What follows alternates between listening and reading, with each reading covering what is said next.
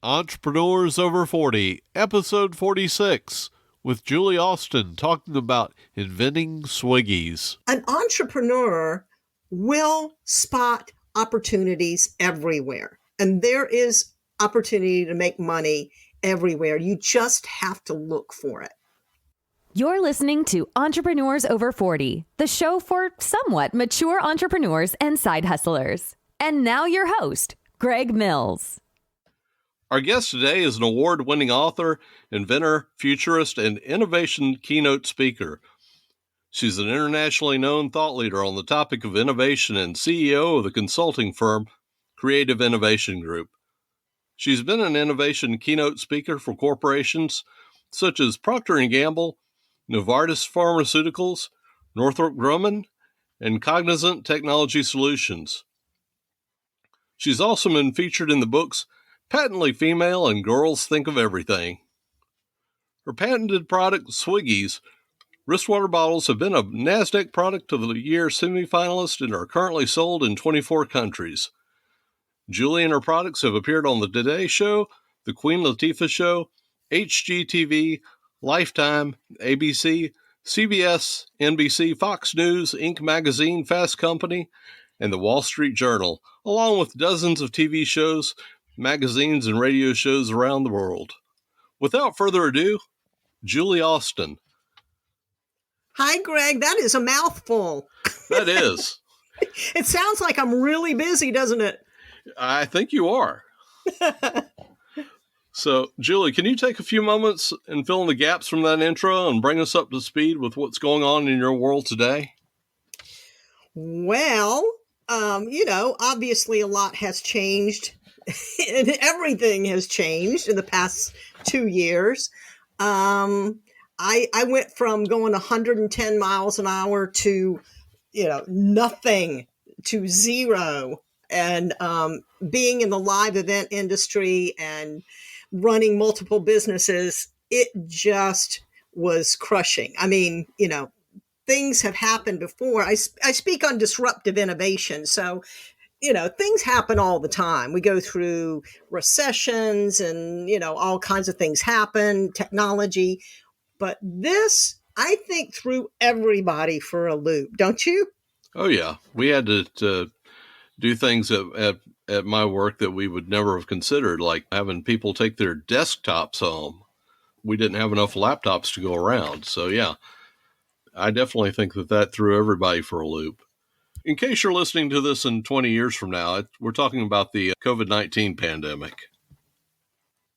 Well, also, back in 2008, something similar happened, and everything just kind of crashed and burned. And that's when I wrote the book, The Money Garden, How to Plant the Seeds for a Lifetime of Income. And that's what happened before that was that I had one invention, one product.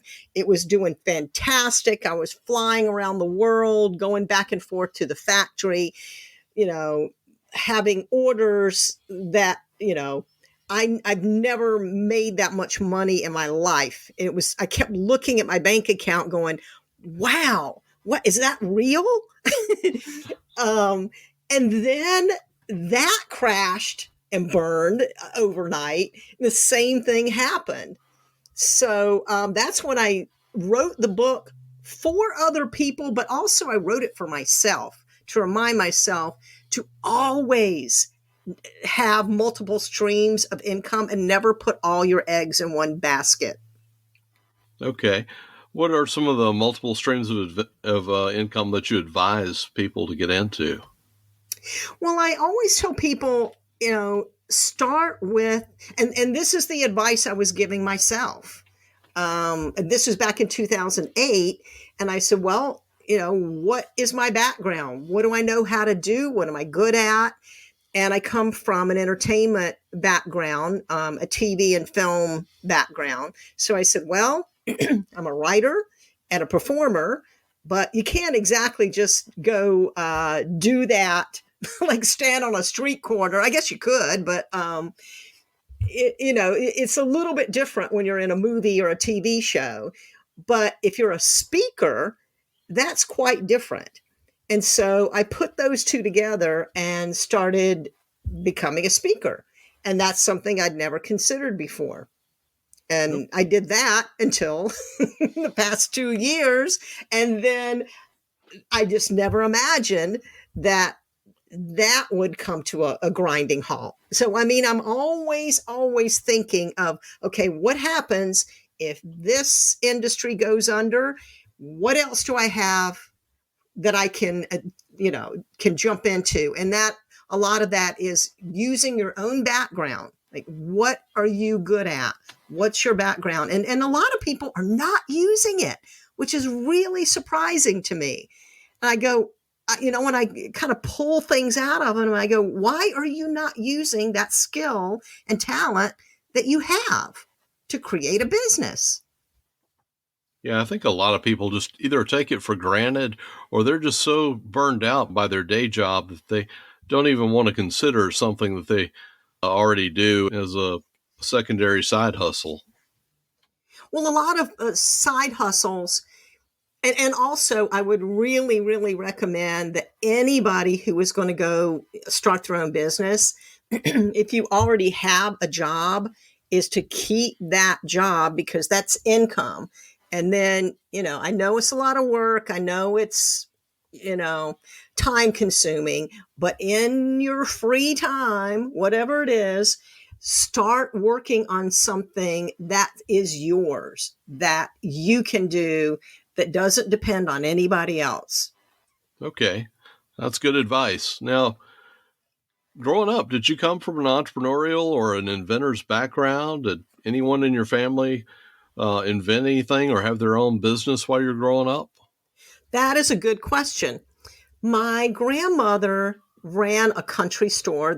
You're in North Carolina, Mm-hmm. It was in Siler City, in between, Raleigh and Charlotte.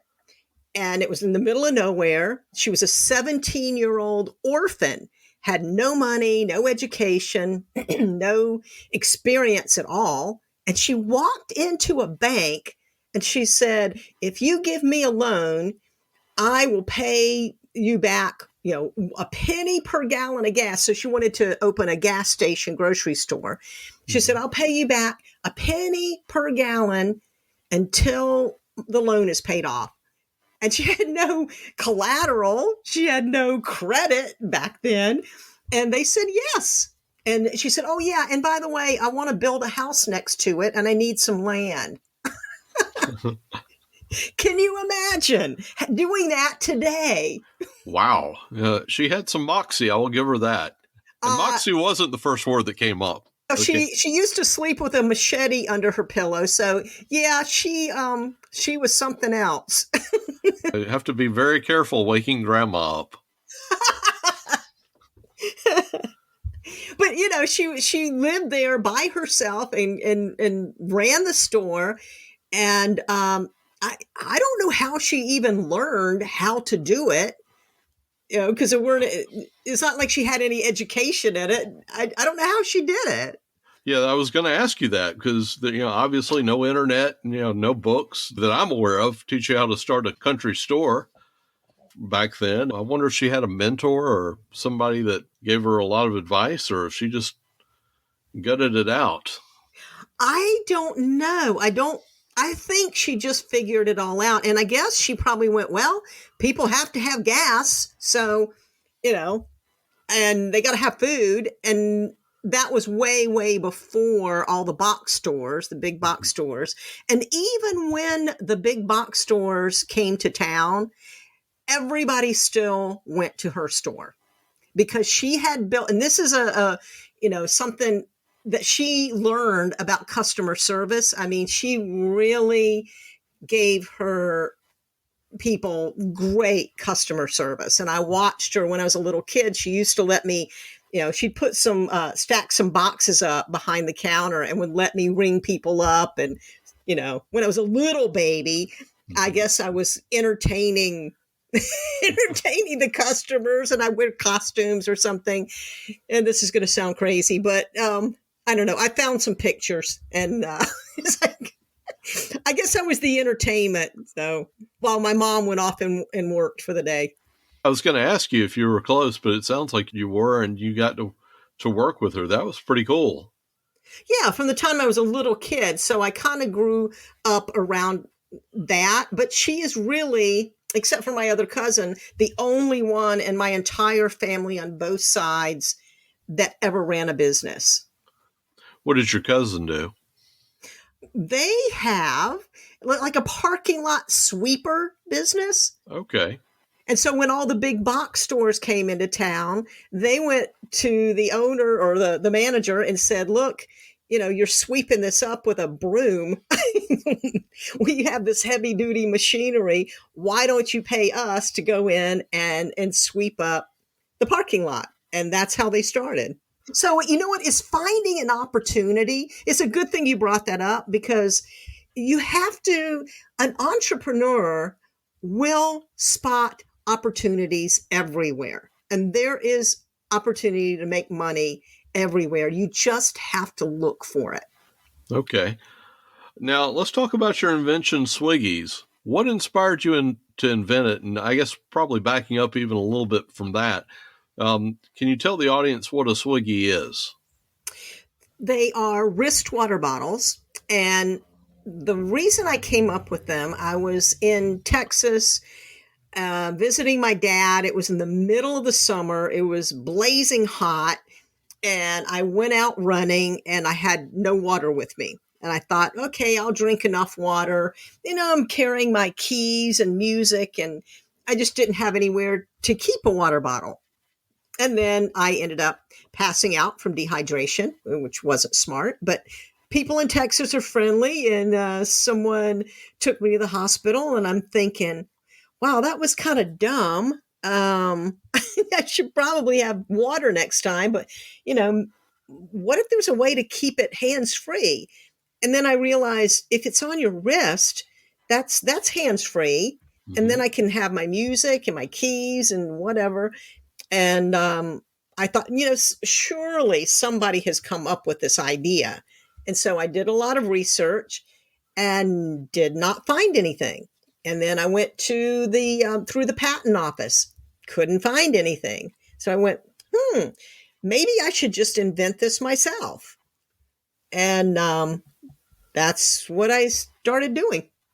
So how did you create a prototype for it? The prototype was made out of clay and an off-the-shelf cap and just a regular band. I don't even remember what it was. It was kind of like a felt or something. I mean, that's the thing about prototypes. You can just go to your local art store and put stuff together with popsicle sticks and styrofoam, just so you have, something that you can show, because you can tell people all day long it's a wrist water bottle and they won't get it. But when you show it to them, even with the prototype, the clunky clay prototype, people went, oh, now I get it.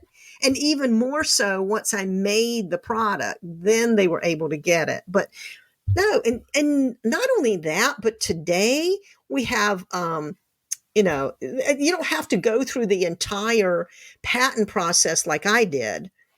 You can get a provisional patent for peanuts. I mean, it costs almost nothing. Mm-hmm. It costs almost nothing to do a prototype. So it's way, way easier and way cheaper, because it had to go through the patent office twice. And that's quite often how it works. They don't give it to you the first time. And finally I got the patent and then said, okay, now what? There was no Shark Tank when I started. And I said, well, I guess I have to get the product made, get a mold made, and took that little clay prototype to a mold maker and said, here, can you make this? And luckily it worked the first time. That's pretty incredible that you got it to work the first time. It really is.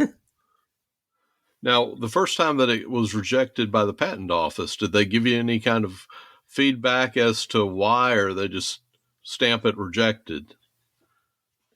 I don't remember.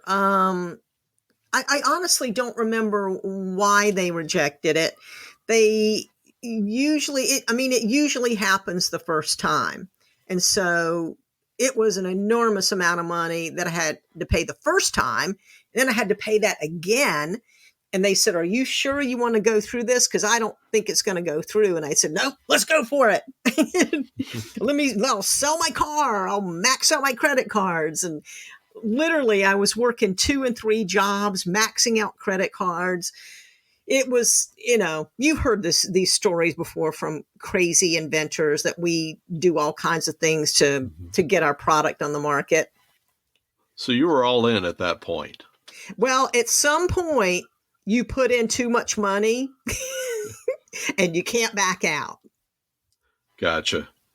So you got the patent back. It was approved. What were your next steps? I had to get a trademark. So came up with the name Hydrosport. And then it was just a series of steps of, okay, now I have a name. I have a finished product. I guess I have to get some packaging. And then I went to a friend of mine who had a manufacturing company, and he loaned me some of his packaging. I bought the rest of them, which didn't really fit the product. And I had to sit here in my living room and glue them together. If I showed you, I still have one of those, and it is so awful looking. I can't believe they were on a store shelf anywhere because it looks terrible.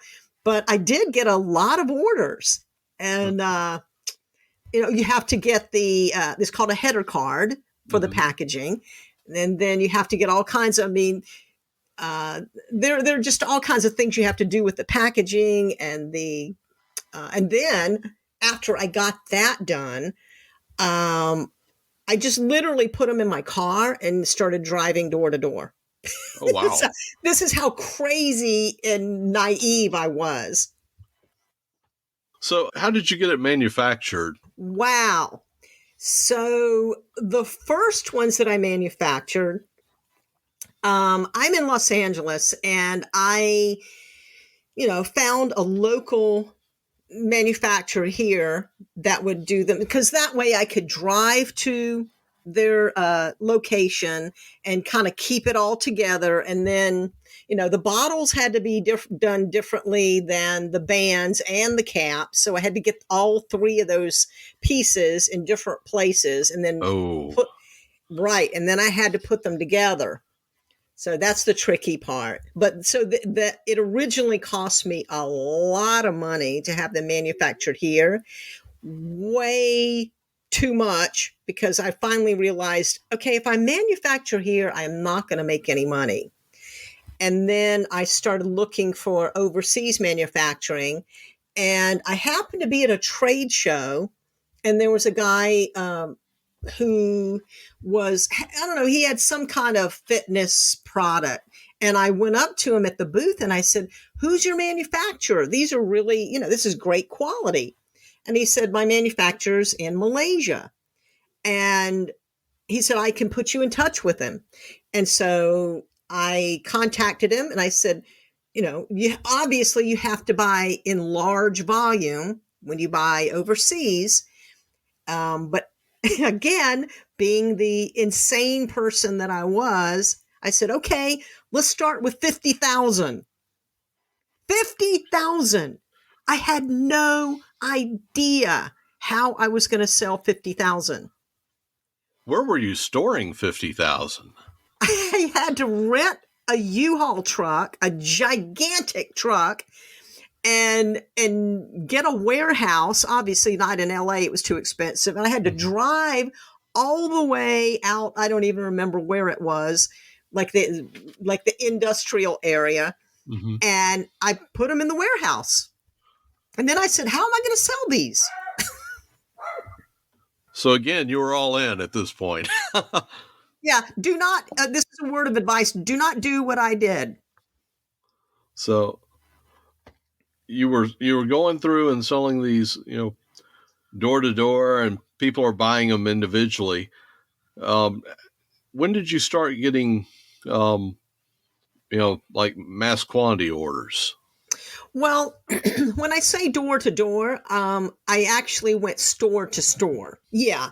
But I mean, I literally would walk in and say, who is the buyer, and, what kind of products are you buying, and that kind of thing. And somebody luckily told me to put them in a POP, which is a point of purchase display, and make it look really presentable. So that's what I did. And I literally walked in and just to all like chain drugstores, grocery stores, 7-Elevens, car washes, any place that I could, gift shops. And that's really how it started. Sporting goods stores, sporting good chains. There was one out here. I think they went under, I don't remember, but it was a decent sized chain of sporting goods stores. Now I've gotten them in all of these stores. Sounds great, right? It does, until, I'm assuming returns could be an issue, or people actually holding payment until they sell. Well, that's what Walmart does. So the big box stores will, that's why you never, ever, ever want to go to Walmart first, because if they don't sell, you're going to get them back. And you're going to have to be the bank for several months. So that was another thing. Luckily, I didn't go that far, but I did do this with chain stores, and I had enough inventory. Obviously, I had 50,000 of them, but that's not enough for Walmart, but it was enough for all of these chain stores. And but the thing is, I decided one day to go check them out. Like, oh, look at me. I've got a product in a store. And I walk in, and guess what? The box is upside down on the bottom shelf in the back of the store. That's not going to sell. Yeah. Nobody knows what the product is, and nobody can even find it because the box is turned upside down. And then I found out that they don't service the stores. You have to have your independent reps to go in and service the stores. Ouch. I did not. This is a big, big, big lesson I learned. I did not know that. So at that point, did you become an independent rep, or a dependent rep, I guess?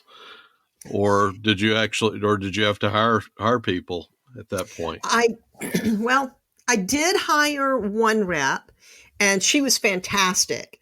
And she was in Hawaii, so she covered, a lot of territory out there. And she would go in, she'd get the order, and I just ship it, and then she'd service all the accounts until she retired. But so I would, if I had to do it all over again, I would start online.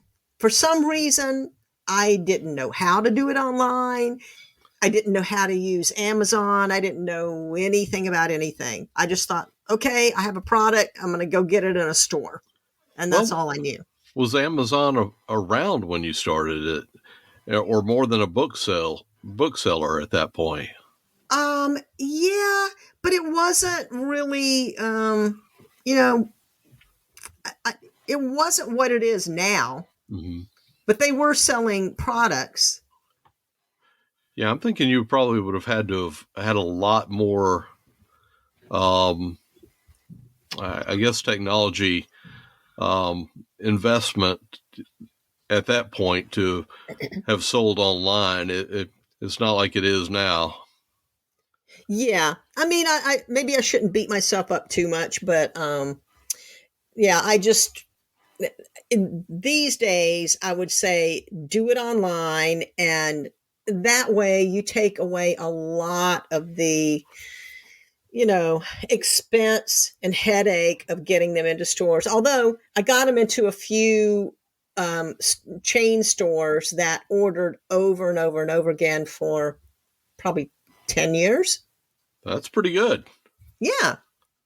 So Have retail, has that been your biggest customer Market? base? Yeah, market. Yes, thank you.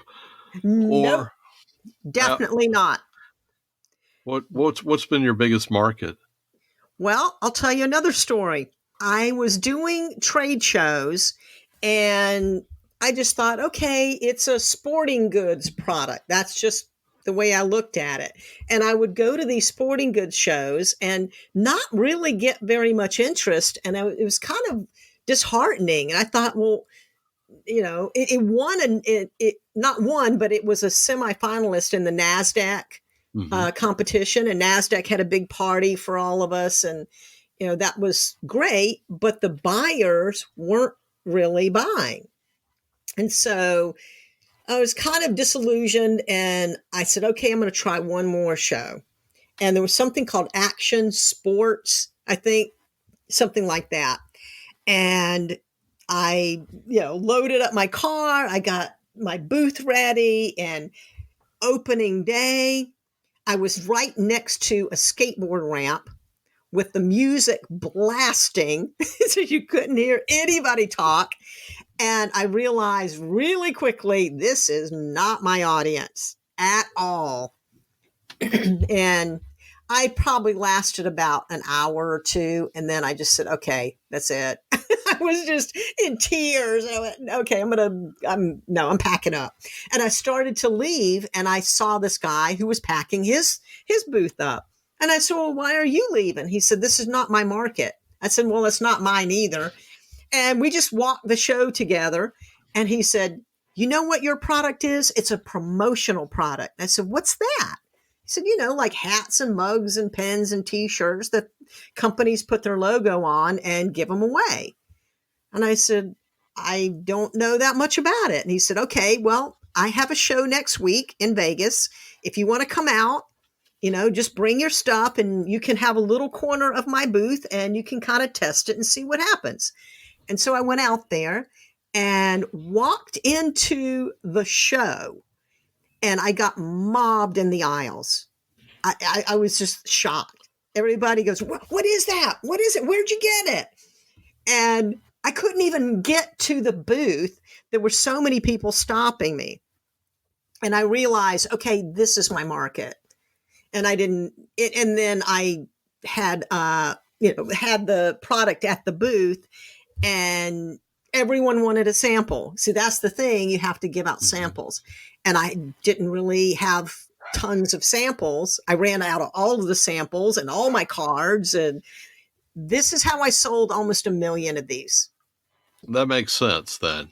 Yeah, it was total serendipity. Oh, not only that, but I'm getting ready to leave the show, and I'm walking through, the hotel or something. And this guy stops me, and he said, if you got 5 minutes, I'll tell you how to sell a bunch of those. And I said, okay, it worked before. And he said, it's called the Hash House Harriers. Have you ever heard of them? This is a family show now. Well, it's I'm teasing. The Hash House Harriers is what do they call it? A running club, a drinking club with a running problem. That's how they put it. So they drink beer and run from keg to keg. Okay. And I've never heard of this in my life. He said people are running around with open cups of beer, spilling their beer. And he said, this is perfect. You just open it up and fill it with beer and then run to the next keg. And I went, wow. He said they have one every night somewhere in the world. It is huge. So now I sell maybe like 20% of my sales are in the alcohol industry. Wow. 20%. Yeah. So these are things you never, ever know until you actually open your business and start running it. You don't really know who your customers are going to be. You think you know. See, if I had written a business plan, it would have been obsolete in a month. I can see the imprinting as a company's gift or a swag, but I would never have come up with a drinking and running. Well, it's a big market.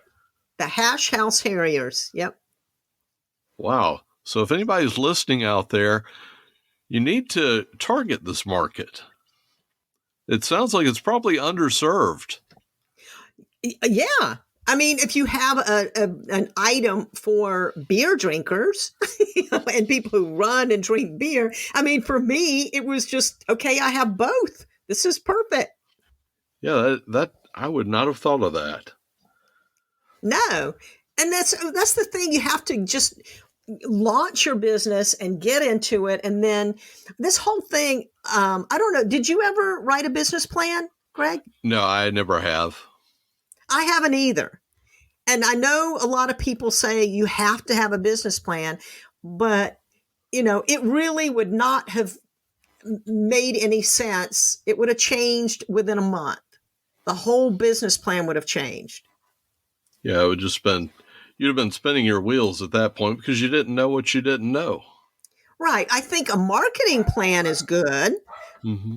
But a business plan, I don't know that it's perfect unless you're trying to raise venture capital. I never done it. Yeah. Now, you mentioned that you were kind of beating yourself up because you didn't put it on Amazon. Are you on Amazon presently? Yes, sort of. Okay. What happened was a counterfeiter. And this is another thing. If you invent a product, you are going to get counterfeiters. Whether you're a big multinational company or, a mom and pop, you're going to get counterfeiters. And that's what happened. And I've been swatting them down ever since. And then one got into Amazon and I've been fighting to get them off because I have some pretty strong intellectual property right now. And they are violating it. So, the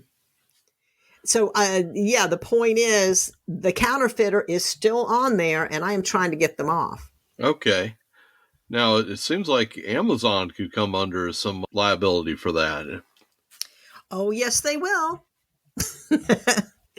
Yes, they will. I am trying to do it the nice way, but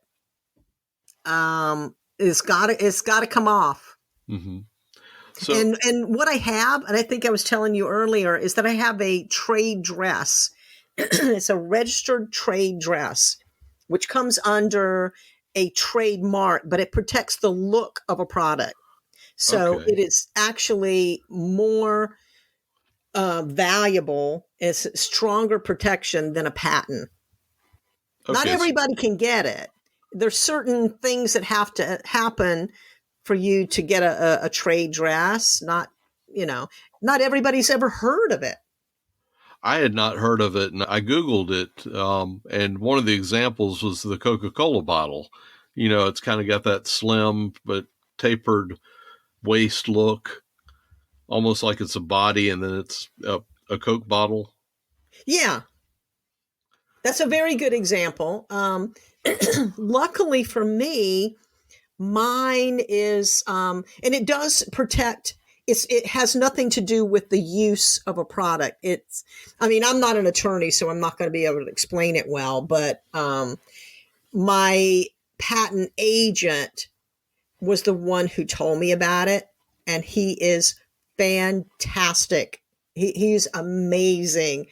I don't know what I would have done without him. And the way I found, this is another story of serendipity. Okay. The way I found my patent agent was because we were both scammed by the same guy.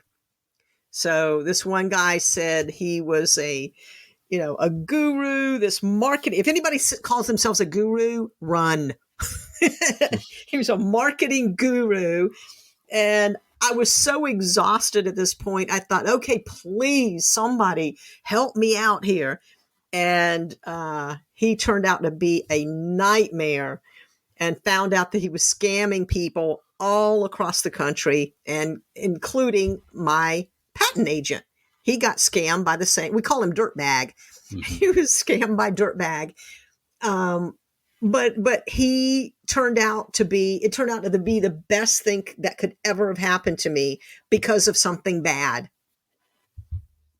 It's amazing how it kind of lines up like that sometimes. I've had really good luck and really bad luck.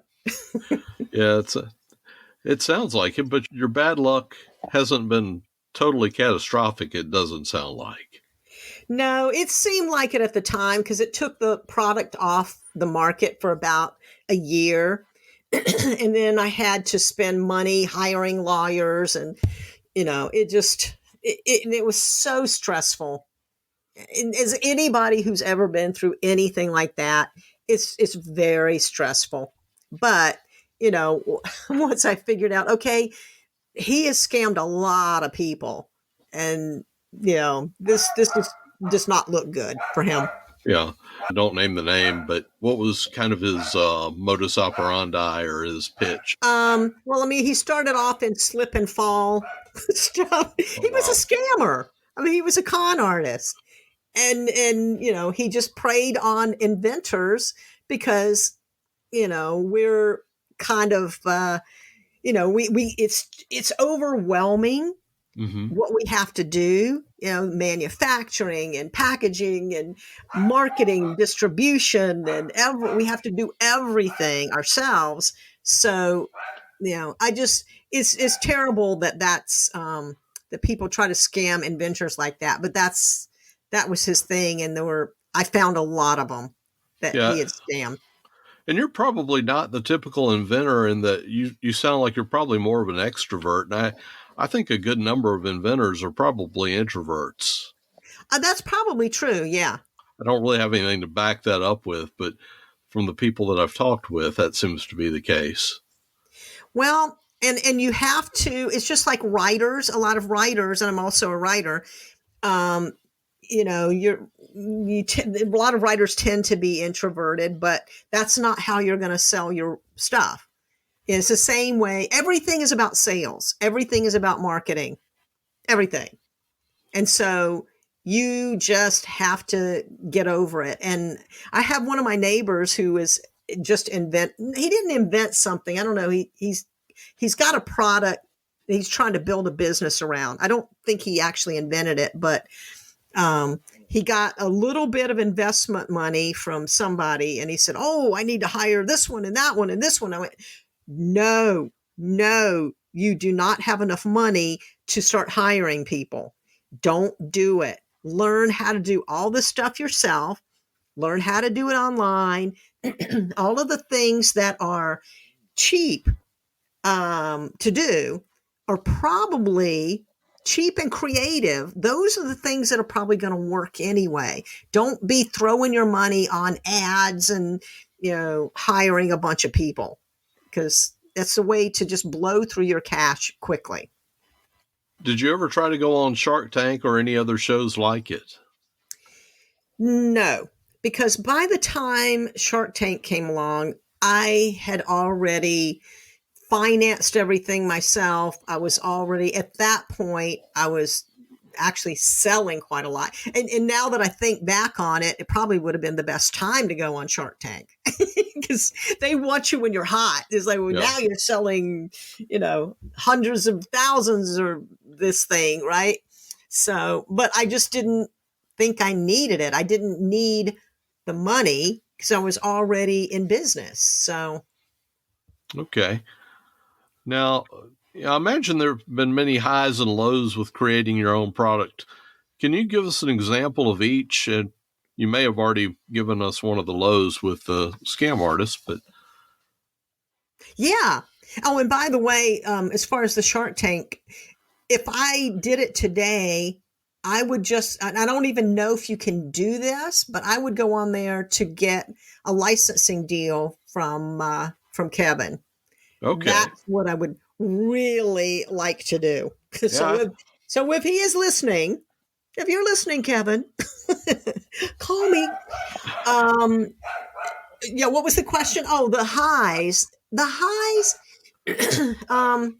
I went to, as an inventor, you go through periods of wow, I'm really going to do this and I've got it going and people are interested to really lows and I've run out of money and, nobody likes it and nobody likes me and whoa, whoa, whoa. And then I remember taking a vacation and going to Utah and I saw a rock climber with my product. And it was the only one. So I knew it was mine and it had my name on it, had Hydrosport on it. And I said, I made that. I invented that.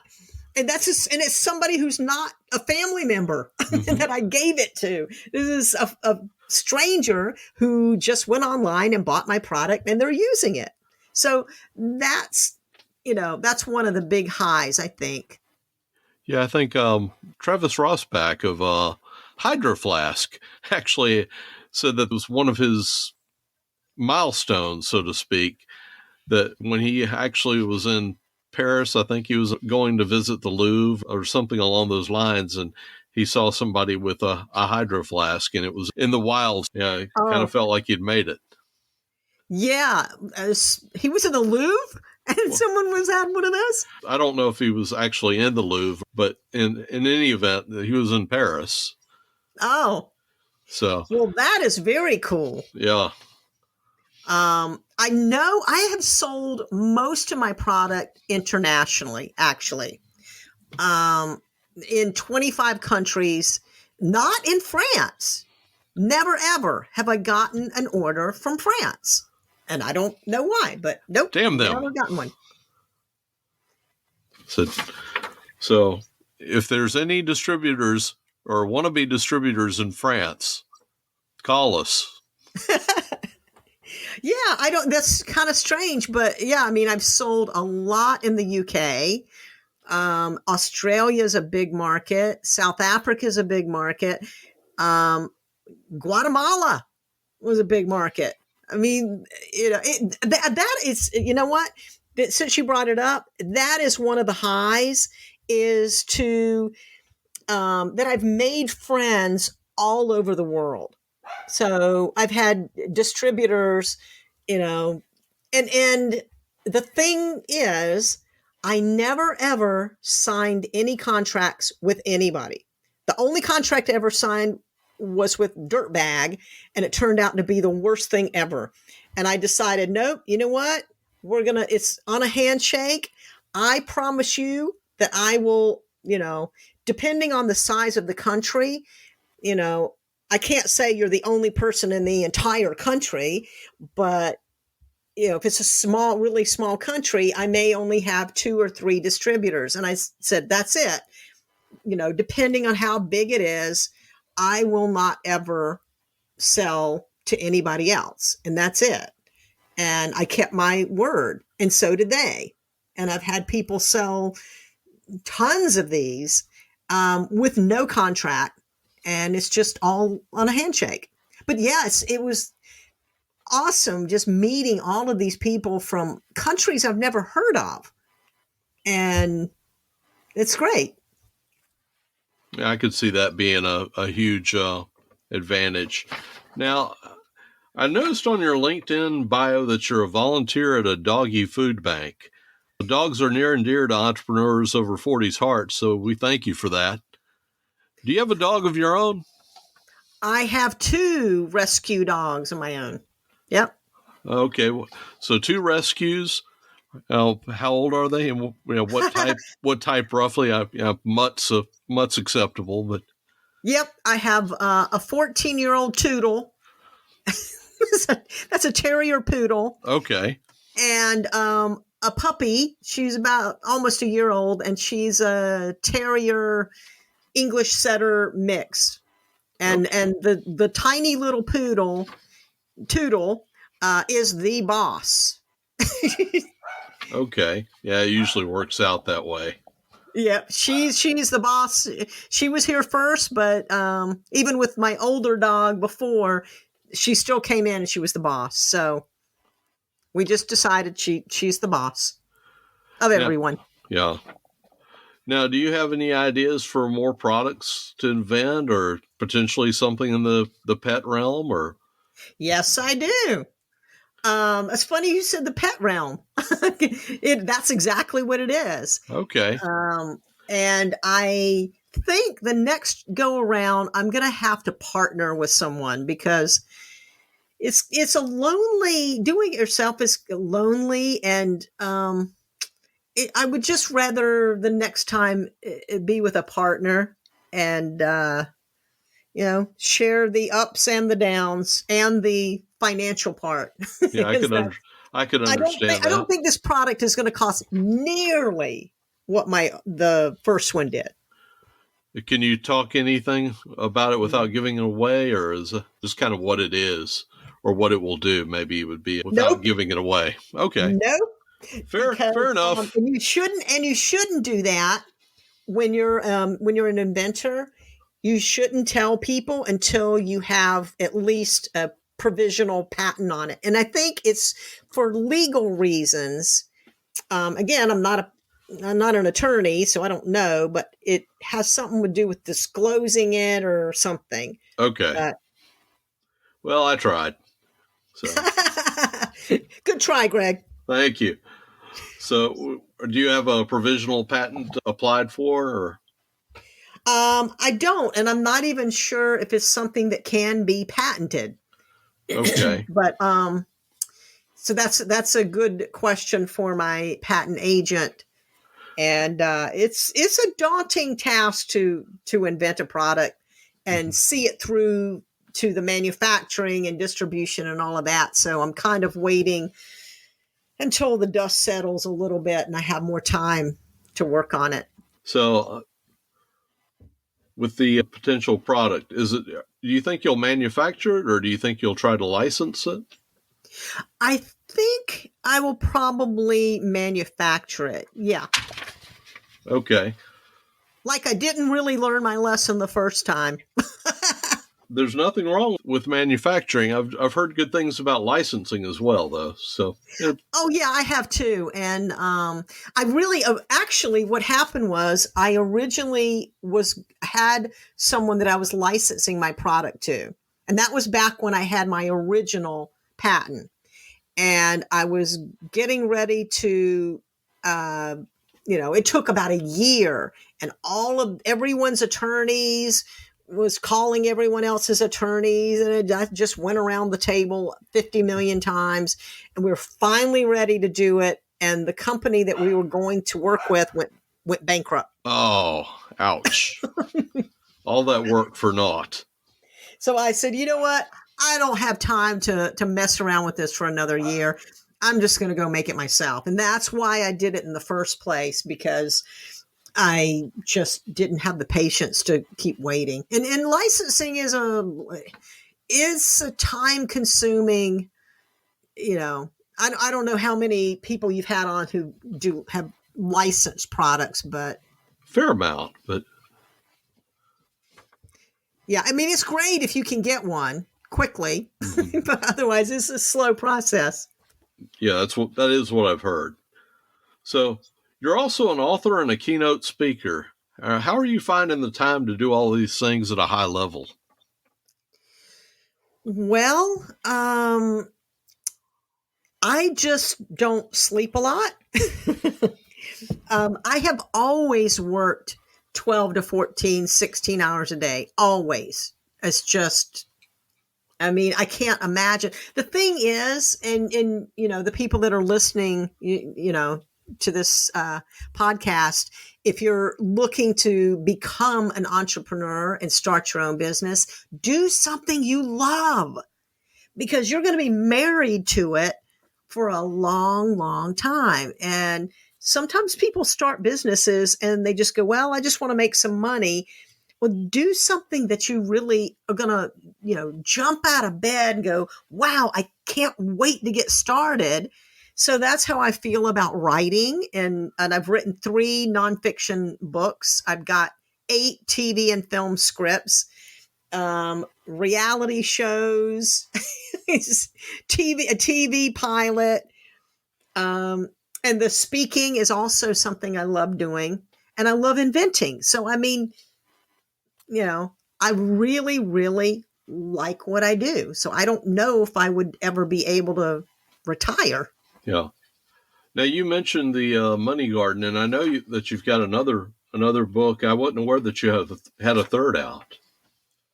The third book is not for sale. It's just for, it's sort of a calling card to get speaking work. But the first two, The Money Garden, and then the second book is on art patronage. So patronage of the arts. Mm-hmm. And it's a history book, which it took me 4 years to write that book. It was very intensive research on that. It's called From the King's Court to Kickstarter, Patronage in the Modern Era. We've almost gone back to a patronage model in some cases. Podcasting as well, with, like Patreon and other services.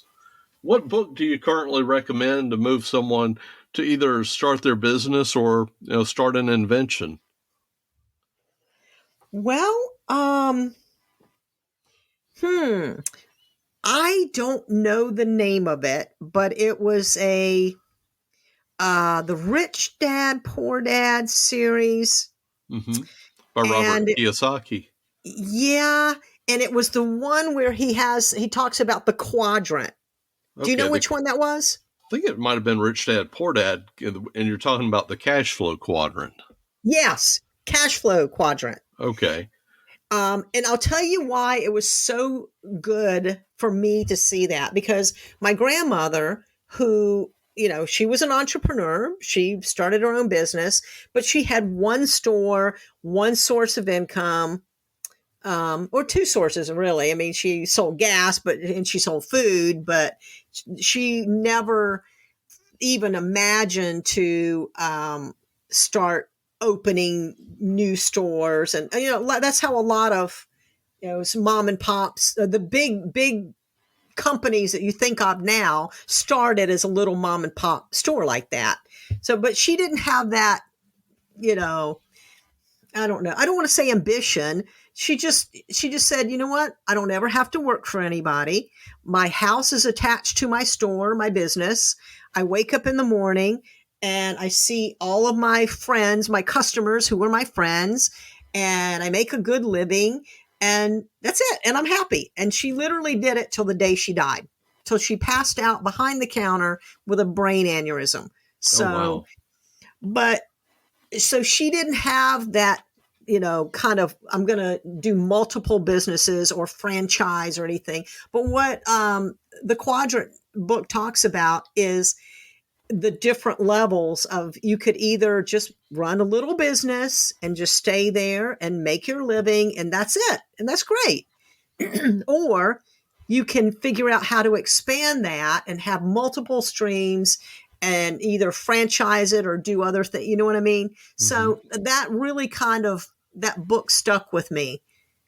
I have not really branched out into the franchising or anything like that, but I've made a very decent living over the past 20 years with my product and my business. And I've started other businesses. I have a sponsorship business, and I kind of have a quasi speaker bureau business. So I do other things, but so I would highly recommend that book.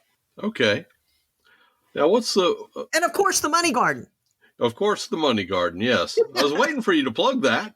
Yeah. I mean, The Money Garden tells you step by step how to start and run multiple businesses. What's your preferred social media?